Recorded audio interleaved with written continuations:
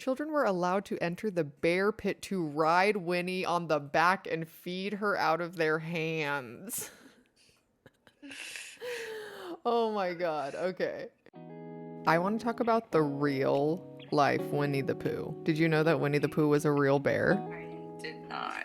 No, but I've been more pleased than what I originally thought, because when you said real life Winnie the Pooh, I assumed that it was a person who was just pantsless, red shirt, running around. Hey, that's me in the summer, baby. I'm having a Winnie the Pooh summer. I don't know if I told you that or not. Yeah, I'm into it. Eating out of the jar, shirt no pants, Winnie the Pooh No summer. light woodland walks. Oh, yes. Speaking quietly, having your friends over for tea. So I'm into it. the real life Winnie the Pooh. So there was this man. His name was Lieutenant Harry Colborne. He was a Canadian soldier. He wanted to be a veterinarian, but he went to college for it in 1911. World War I started, so he immediately enlisted to join.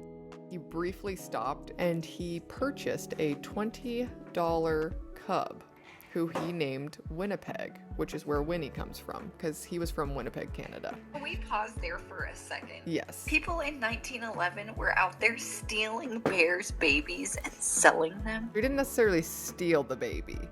He killed its mother and then couldn't kill the cub, so he decided to keep it and then sell it. And then our gentleman Colborne bought it for $20, which back then, I think I looked it up, it was like $400 or something like that. Like, he spent a good amount of money on this bear. But maybe it was because he was a vet and he knew he could take care of it. I don't know. Right. It was just a better situation for the baby bear. Yeah. So that was a brief stop, and he returns back to, arrived on train. He returns back to the train with this bear. At some point, he gets on a ship, okay, for the military. And while they're training, they bring this bear aboard the ship, and he just kind of becomes the mascot of this ship. It's the SS Manitou. They get a call that they need to transport this ship to England, and they take Winnie with them. They take this bear with them, and so they go over to England, and then unfortunately they get news that they are going to be sent out for war. Of course, they're not going to take Winnie with them. That would be cruel.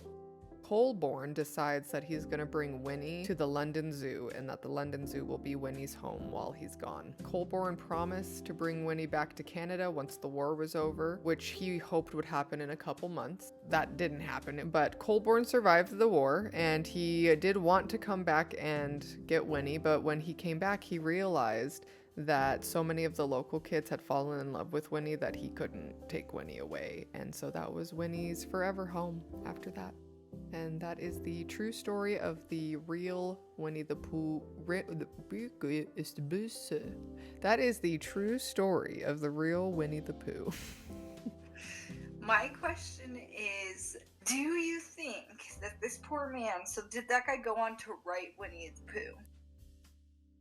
Winnie the Pooh was kept at the London Zoo, and the author of the original Winnie the Pooh book took his son to see Winnie, and his name was Christopher Robin, and Christopher became obsessed with Winnie, and he would beg his father to go see Winnie so he could feed him by hand, ride him, give him hugs, and this is what our beloved Winnie the Pooh is based on.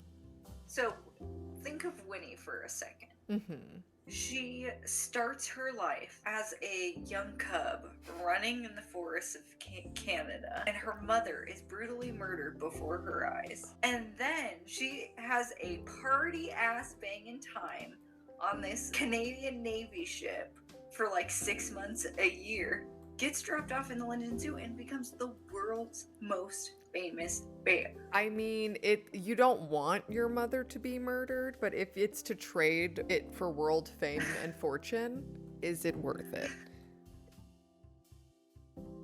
If you want to see the real Winnie the Pooh's skull, you can go see it on display at the Royal College. It was put on display last year for the first time.